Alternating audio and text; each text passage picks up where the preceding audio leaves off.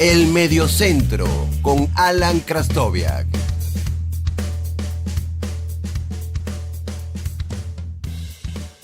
Hola, mi nombre es Alan Krastoviak y te doy la bienvenida a un nuevo episodio del podcast del Mediocentro. Tras un maratón vino tinto, del cual le estoy muy agradecido con ustedes por el apoyo que recibieron en esos episodios, en el Mediocentro volvemos a la programación normal, hablar de temas vintage, hablar de algunos conteos, de fútbol y ficción, y en este episodio quiero hablar de las mentiras o de los mitos que hay alrededor del fútbol. Coloqué un tweet preguntándole a la gente cuáles eran esas mentiras comunes que escuchaban del fútbol y elegí 4 de estas, de las que me comentaron en Twitter y de otras que yo tenía ya pensadas para hacer este episodio. Cuatro desmontar esos lugares comunes, esas cosas que dice todo el mundo sin saber muy bien por qué o que dicen algunas personas sin saber muy bien por qué y que definitivamente son mentiras absolutas relacionadas con el fútbol. Bueno, sin más preámbulo, no lo alarguemos más y vamos con las 4 mentiras relacionadas con el fútbol que encontré y que quiero conversar con ustedes en este episodio. Escuchas El Mediocentro con Alan Krastoviak. La primera mentira de la que voy a hablar en este episodio es quizás una de mis favoritas. Es aquella mentira tan repetida de un futbolista llegó a coste cero a un club.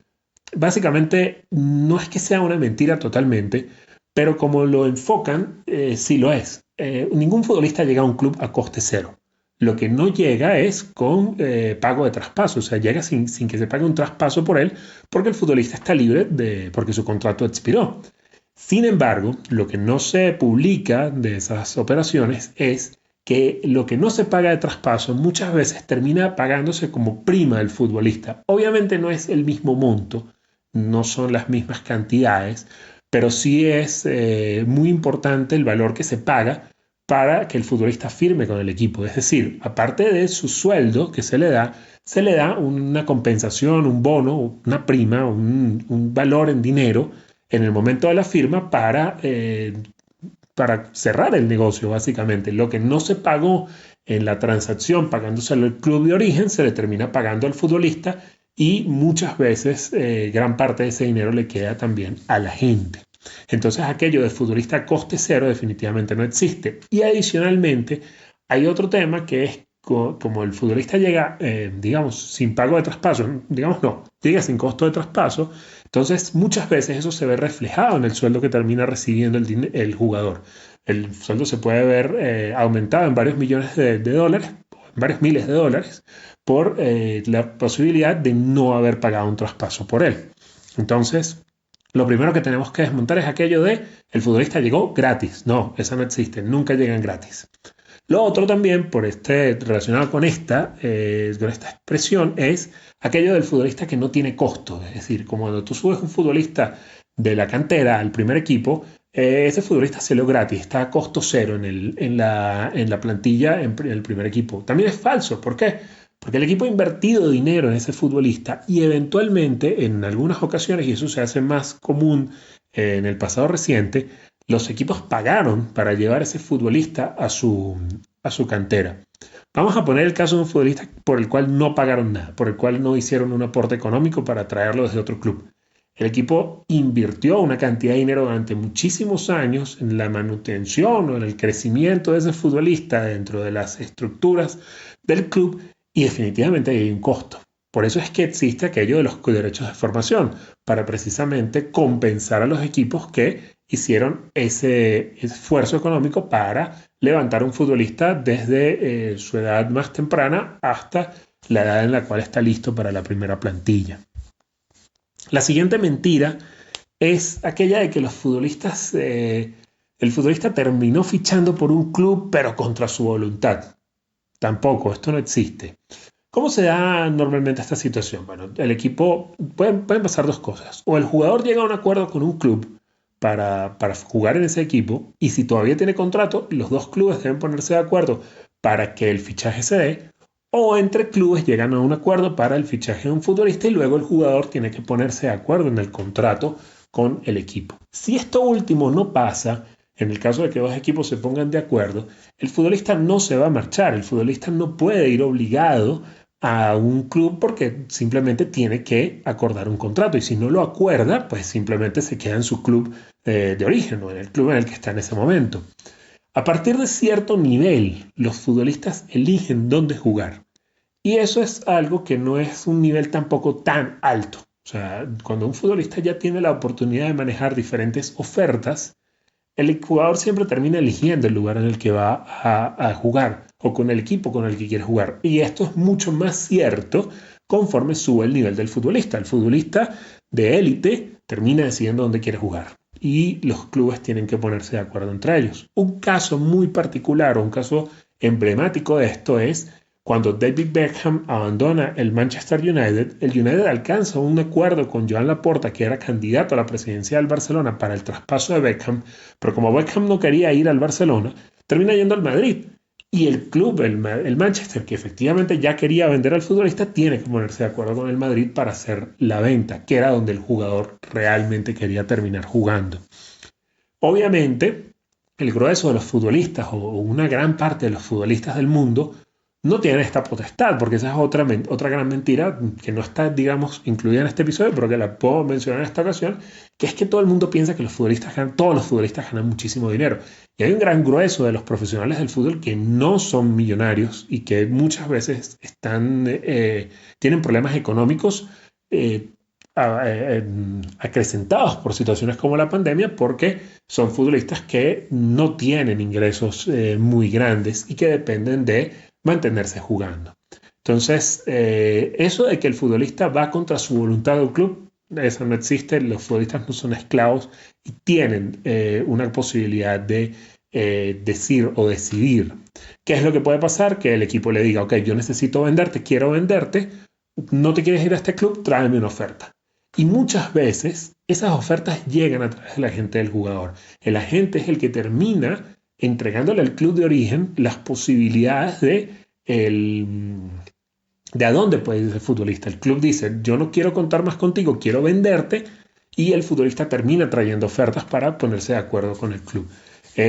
Pasa mucho en el mundo del fútbol. ¿Por qué? Porque al final, para el agente, el dinero está en esa transacción. En la siguiente parte, bueno, revisamos dos mentiras más. Una de ellas muy repetida y una mentira gigantesca. Escuchas El Mediocentro con Alan Krastoviak. A la tercera mentira no le encontré un título, pero básicamente es el uso de la estadística en el fútbol. Las estadísticas no explican el fútbol por completo. Las estadísticas son un apoyo para explicar el fútbol, pero necesitas un contexto para esa estadística. Tú no puedes evaluar un futbolista, un equipo o un partido solamente a partir de los números. ¿Por qué? Por algo muy sencillo, porque el fútbol no es como otros deportes que son mucho más estáticos en cuanto a las posiciones de los jugadores. E incluso en otros deportes, sin que yo necesariamente sepa de estos deportes más de lo que saben muchísimos de los expertos que están en los medios, en redes sociales o incluso trabajando sin ser muy conocidos, eso tampoco es tan cierto. Porque, por ejemplo, en el fútbol americano tú puedes decir, es que un quarterback tuvo un buen juego porque lanzó 400 yardas, pero es que no sabemos si, por ejemplo, ese equipo cayó 21-0, iba perdiendo 21-0 en el primer cuarto del partido y el equipo se vio obligado a lanzar mucho el balón para avanzarlo. Entonces, esa estadística está inflada. Que un jugador haga 100 pases en un partido y complete el 90% de esos 100 pases de forma efectiva no significa que haya hecho un buen partido. ¿Por qué? Porque no es lo mismo un pase hacia adelante que rompe líneas que un pase al costado o un pase para atrás. Tienen muchísima menos dificultad y siguen entrando dentro de la estadística de pases conseguidos o pases completados. Entonces es necesario, y quizás no sea, la mentira no son las estadísticas, obviamente. Yo creo que las estadísticas son muy valiosas y a mí me gustan muchísimo, sobre todo el tema del Big Data me parece súper interesante, los mapas de calor me parece que son muy buenos, pero yo no puedo, por ejemplo, decir que un futbolista hizo un buen partido porque metió 3 key passes, que son 3 pases que generan una ocasión de gol en un partido. Tengo que ver la globalidad del partido, tengo que ver si ese futbolista realmente aportó a la idea de lo que quería hacer el equipo en ese partido. Entonces, La mentira es explicar el fútbol solamente a partir de las estadísticas. Necesitas un contexto para entenderlas. No es lo mismo el tercer y el cuarto gol de un 4-0 que el primer gol. La dificultad es diferente. Entonces eso te permite a ti entender cuál es el verdadero nivel o la forma en la que un futbolista jugó o un equipo jugó. No hay mejor ejemplo para esto que el partido de España contra Rusia en el Mundial de 2018. Un equipo que dio 8 millones de pases, pero todos para un costado o para atrás. Muy buenos, se completaron los pases, pero ¿cuál era la calidad del pase y qué resultado dieron? Eso básicamente es lo que debemos mirar siempre. Y para cerrar, una de las mentiras más grandes del fútbol y más fáciles de desmontar, pero repetida infinidad de veces. Ese jugador se paga vendiendo camisetas. Es tan simple como sacar los números. Una camiseta de fútbol puede costar alrededor de $100.